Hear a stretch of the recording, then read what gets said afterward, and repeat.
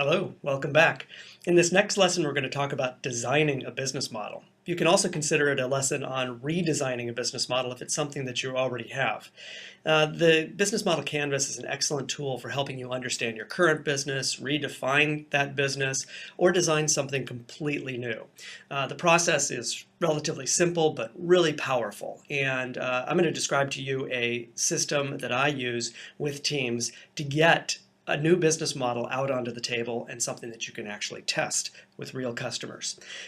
So once you have this business model canvas, once you've gone through this process, you don't implement it. I just want to make that clear that your goal is to get a testable business model, something that you can get in front of customers, in front of prospects, in order to test each component of the business model, and especially the revenue and pricing model that you're going to develop. I recommend that you work with a team as part of this. Now, I know that a lot of you are solo founders, or maybe you want to start a startup. Collaboration is invaluable. If you have a co-founder, that's fantastic. If you don't, then find advisors, find mentors, find somebody that you can work with to bounce ideas off of. And I've even been in situations where you can have your customers help you, or early customers, people that believe in you, people that have domain expertise or maybe expertise in the market that you want to get into that can help you develop that business model. But either way, get somebody to bounce ideas off of. I recommend that it not be a family member, it not be your spouse, but somebody who can be a little bit unbiased and challenge some of your assumptions early on. Your first step here is to gather the people that you want to work with together into a room. You can even do it at a coffee shop, but I really recommend a place where there's not a lot of distraction, because it's going to take at least a couple of hours for you just to get your head in the game. It's going to take usually about a half a day just to get your ideas on the table and go through this process that I'm going to describe. So what you want to do is, at the very beginning, if somebody's not familiar with the business model canvas, you're going to want to talk them through each of the elements. You can use that, use the business model generation book, use the website to explain it, or simply walk them through each of the steps.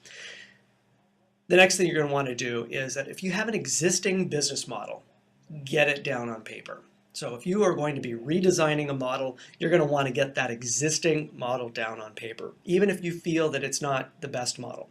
If you are developing a business model for a brand new business, then you're going to want to describe this visually, like what I show here, and consider that it is a hypothesis. None of this at this stage needs to be right. It just needs to be your best guess about what you think the market is, what you think the customer is, and so on. So what you're doing here is you're establishing a common understanding of your current thinking for the business. So the next step is to go through some brainstorming exercises. And there are a lot of different ways of doing this. If you're designing a brand new business model, you're going to focus on one element of the business model at a time, and you're going to have a conversation around it.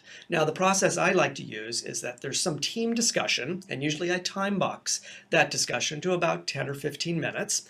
And then each team member uses sticky notes to write down what they believe about that part of the business model. So everybody's writing down their ideas separately. And then after a certain amount of time, give them 5 minutes or so, everyone in turn goes up to the board and presents their sticky notes and just talks through it briefly. And so using this method, you can go through each of the 9 building blocks of the model individually. And team members can ask questions to, not necessarily challenges, but they can ask questions to help refine each team member's idea a little bit more. So you can always also seed the team with questions. So you can say things like, how could we do things differently? Or what are some ways of creating more value for the customers? Or how can we be more efficient?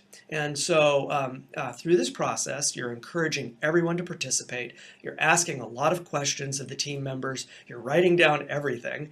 And an important concept of brainstorming, you may have already heard this, is that you don't judge the ideas immediately. So the challenges should be clarification questions that you ask.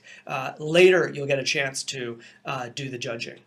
So one suggestion that I have is that you should be developing more than one business model. What you ideally want are a couple of different business models to compare against each other, to do testing with. because this A/B testing, whether it's for the price or whether it's the customer segment and your ability to reach a certain customer segment, is really important, because through qualitative and quantitative information, through A/B testing, you're going to be getting to the best business model possible.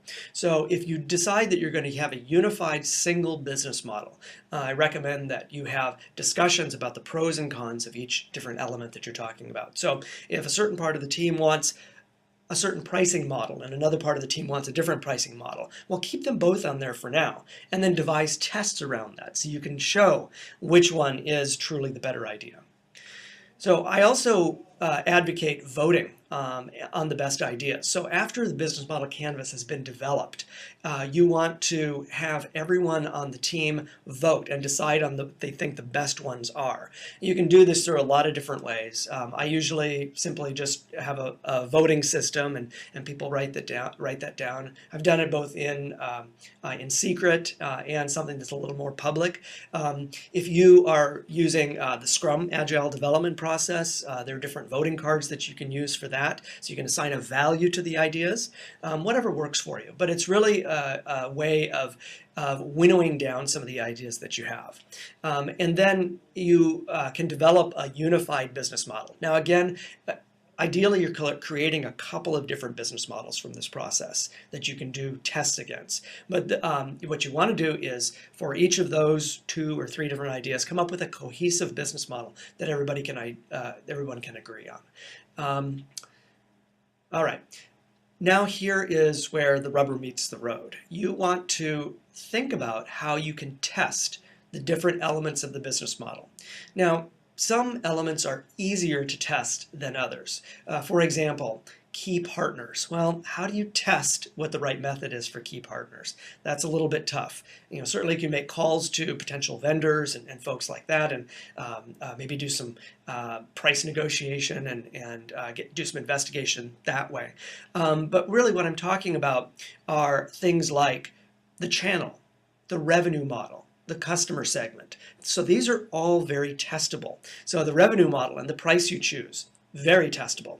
You can create lots of A/B tests around that using AdWords and so on. You can also test the channel. So you could do online acquisition versus a salesperson calling, and figure out what the funnel is for each one of those methods. So think through the different tests that you have. And by creating these tests and by creating very specific, actionable, and tests, that you're going to be able to decide what the best model is. So the next step is really what it's all about, and that is using customer development to qualitatively and quantitatively validate the business model. And we'll have a whole section later about customer development and how that works. But really what you're doing is you are getting your business model in front of people. Not necessarily on the canvas that you've devised, but in a way that the customer can understand what it is that you'll be providing to them.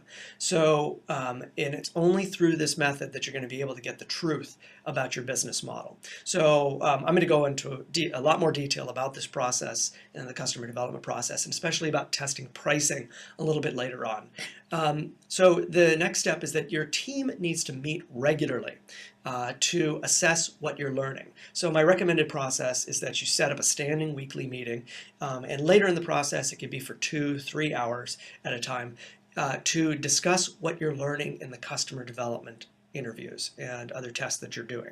So what you're doing is you are revising your business model as time goes on.